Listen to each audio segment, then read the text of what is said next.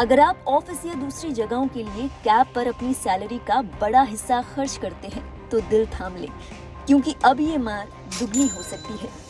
तमाम शहर, खास तौर पर मेट्रो सिटीज में जो लोग पहले ही महंगा कैब का किराया, मल्टीपल कैंसिलेशंस जैसी प्रॉब्लम से जूझ रहे हैं, वहीं अब आपको पीक आवर्स में कुछ रकम ज्यादा नहीं बल्कि दुगना किराया देना होगा। जी हाँ, सरकार की ओर से ओला उबर जैसी कैब कंपनियों को ऑफिशियली इस बात की छूट दी गई है कि पीक आवर्स में कंपनियां दुगना चार्ज वसूल सकती है। यही नहीं, नॉन पीक आवर्स के दौरान भी बेस दरों से ये किराया 50% से कम नहीं हो सकता। सरकार की ओर से दी गई इस अनुमति के चलते कई सारे सवाल उठने लाजमी है। पहला सवाल तो ये कि पीक आवर्स कौन तय करता है। आमतौर पर पीक आवर्स कंपनी के हिसाब से ही तय किए जाते हैं। ऐसे में कंपनी कैब की ओवर डिमांड कब और कैसे दिखाती है, इस बारे में कोई पारदर्शिता नहीं है। दूसरा, आमतौर पर लोगों को कैब की जरूरत तब होती है जब वो अपने दफ्तर जा रहे हों या फिर दफ्तर से घर लौट रहे हों। इसके अलावा वीकेंड्स पर शाम को जब शख्स अपनी फैमिली के साथ थोड़ा समय बिताने बाहर जाता है, और जाहिर तौर पर इन सभी समय को पीक आवर्स में ही काउंट किया जाएगा। ऐसे में लोगों का मानना है कि अब उन्हें दुगना किराया ही देना पड़ेगा, क्योंकि जब उन्हें कैब की जरूरत ही नहीं है उस टाइम प्राइस लो होने से भी क्या फायदा। तीसरा और बेहद जरूरी सवाल, इस बात पर शायद ही कोई शख्स आपत्ति जाहिर करे कि हर कैब ड्राइवर को उसकी मेहनत का पैसा, उसके हक का पैसा मिलना ही चाहिए, और ऐसे में कथित तौर पर कंपनी की ओर से उनको राहत देने के लिए किराया बढ़ा दिया जाता है, लेकिन उस किराए का कितना प्रतिशत ड्राइवर के खाते में जाएगा, ये भी सोचने वाली बात है। World-class faculty, cutting-edge labs and immersive learning. A vibrant campus life beyond the classroom. SGT University, nurturing future leaders. फर्ज के तौर पर अगर एक राइड 100 रुपए की होती है और पीक आवर्स में उसे 200 रुपए का बनाया जा रहा है, और ऐसा इसीलिए किया जा रहा है ताकि ड्राइवर को राहत मिल सके। ऐसे में लोगों का मानना है कि कैब के बढ़े हुए किराए का सबसे ज्यादा प्रतिशत ड्राइवर को मिलना चाहिए। लेकिन क्या ऐसा होगा, इस बारे में भी फिलहाल कोई स्पष्ट जानकारी मौजूद नहीं है।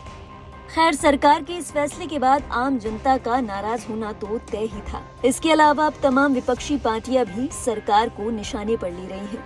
इसी बीच कांग्रेस की ओर से इस खबर का जिक्र करते हुए लिखा गया कि भाजपा की वसूली टीम आम जनता की जेब काटने का कोई मौका नहीं छोड़ रही। इसी कड़ी में सुप्रिया श्रीनेत ने अपने सोशल मीडिया हैंडल एक्स से लिखा, अगर आप ओला, उबर या रैपिडो में सफर करते हैं तो ज्यादा किराया देने के लिए तैयार रहें। सरकार ने कैब कंपनियों को अनुमति दी है पीक आवर्स में डबल किराया लेने का और कैंसिलेशन पर 10% पेनल्टी लगाने का। मोदी जी, आपका धन्यवाद। बता दें, सड़क परिवहन और राजमार्ग मंत्रालय ने मंगलवार को मोटर वाहन एग्रीगेटर दिशा निर्देश 2025 जारी किए हैं। नए दिशा निर्देशों को लेकर मंत्रालय की ओर से कहा गया, एग्रीगेटर को आधार किराए से न्यूनतम 50% कम और उपखंड 17.1 के तहत निर्दिष्ट अनुसार किराए से अधिकतम दोगुना गतिशील मूल्य निर्धारण की अनुमति होगी। वहीं मीडिया रिपोर्ट्स की माने तो आधार किराया यानी बेस फेयर न्यूनतम 3 किलोमीटर के लिए होगा, ताकि डेड माइलेज की भरपाई की जा सके।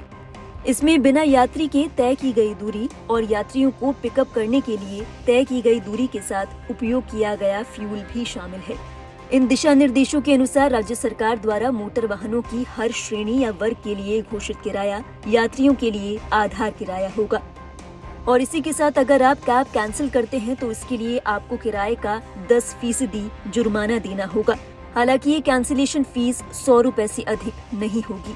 हालांकि इसमें यूजर्स को ये राहत होगी कि अगर आप वैलिड रीजन देते हैं तो आपको कैंसिलेशन चार्जेस नहीं देने होंगे। अगर यात्री बिना वैध कारण के कैंसिलेशन करता है तो उस पर उसे जुर्माना देना होगा। इसी के साथ सरकार ने कंपनियों को ये भी सुनिश्चित करने के निर्देश दिए हैं कि ड्राइवरों के पास कम से कम 5 लाख रुपए और 10 लाख रुपए का स्वास्थ्य और टर्म बीमा होना चाहिए।